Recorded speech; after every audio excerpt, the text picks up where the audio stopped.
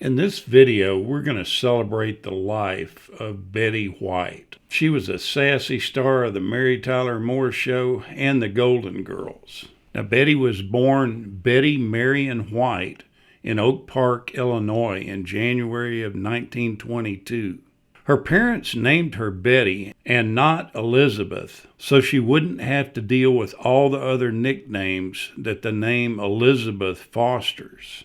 As a child, she wanted to be a forest ranger. That's what she talked about all the time. But at that time, the position was not open to women. She made her show business debut in 1930 when she was just 8, and she portrayed an adopted child on the radio drama Empire Builders. Now, during World War II, she ended up volunteering for the American Women's Volunteer Services, and she drove a PX truck to distribute military supplies. Now, over the course of her career, she has starred in 4 different programs that were actually called The Betty White Show. The first one was a radio program that aired in the late 1940s. The second was a daily talk and variety show that debuted in 1954. It was canceled a year later.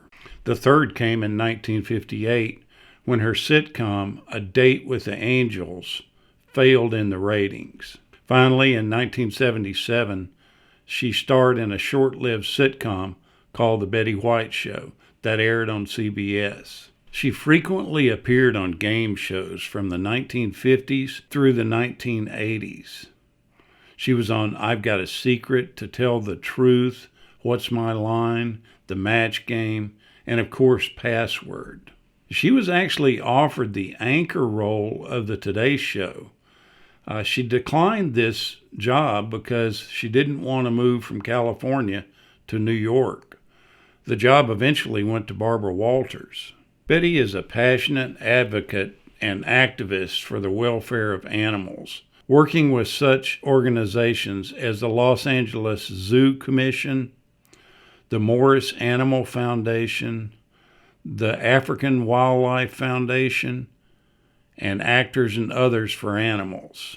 In January 2010, following her appearance on a popular commercial that aired during the Super Bowl, a campaign was launched on Facebook calling for her to host Saturday Night Live. The Facebook page had amassed about 500,000 followers when NBC announced that she would indeed host the show on May 8th of that year. At 88, she was the oldest person to have hosted that popular program. From 1962 to 1971, she hosted the NBC's Macy's Day Thanksgiving Parade alongside Bonanza's Lauren Green. And that's not all. She was the color commentator for NBC's Tournament of Roses parade for 20 years.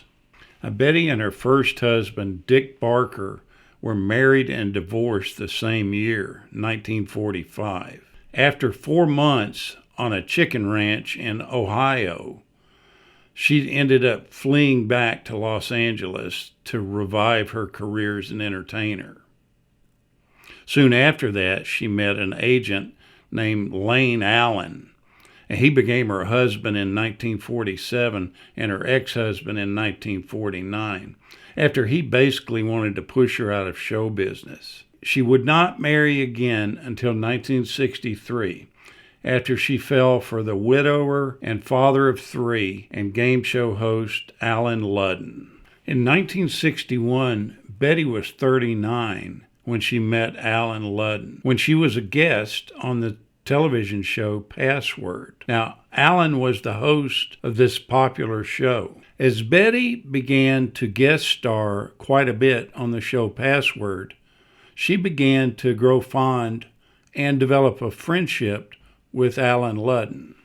Alan had a fancy for her, and he developed the relationship. They both developed the relationship. And Alan's show was filmed in New York, and he wanted to marry Betty and proposed to her 2 times unsuccessfully. And the reason that Betty didn't want to marry him is she didn't want to uproot herself from California and have to move to New York. That is one of the things that Betty states is her biggest regret in life, is postponing her marriage to Alan. She often states that she could have had another glorious year with Alan Ludden had she married him and not kept putting him off. In 1980, Alan was diagnosed with stomach cancer, and he had to take a leave of absence from the show Password Plus. Alan died in Los Angeles on June 9th, 1981, at the age of 63,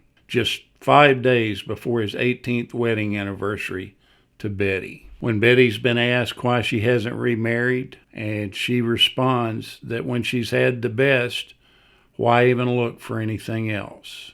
She truly loved Alan Ludden. Now, I've often wondered if when Betty dies, is she going to be buried next to Alan Ludden?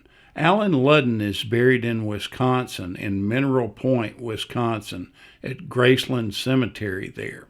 I've actually visited his grave there. I've just wondered if the arrangements have been made for her to actually be buried there by him. It appeared that there were open lots right next to him, so it wouldn't surprise me one bit she's not buried next to Alan. Now, Betty will be the first to admit that she loves junk food. She has a fondness for red vines, hot dogs, French fries, and Diet Coke. She eats the red licorice all the time as a snack, and she just basically exists on hot dogs and French fries. Maybe that's what we need to change our diets to, because it sure has helped her live to a ripe old age. One of the other regrets that she has is that she's never done any work with Robert Redford. She always wanted to do that, and that's never happened. Now, she basically had a complicated relationship with one of the Golden Girls co-stars, B. Arthur. For some reason, B. Arthur did not like Betty White, and it caused problems on the set. How can you not like Betty White? You know, Betty is best known for her sitcom roles, but she is the queen of game shows.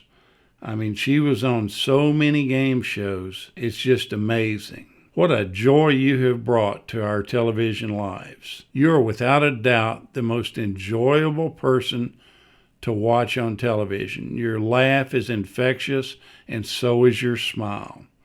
Thank you so much for all that you've done for us and the pleasure that you've given us. Thanks for watching.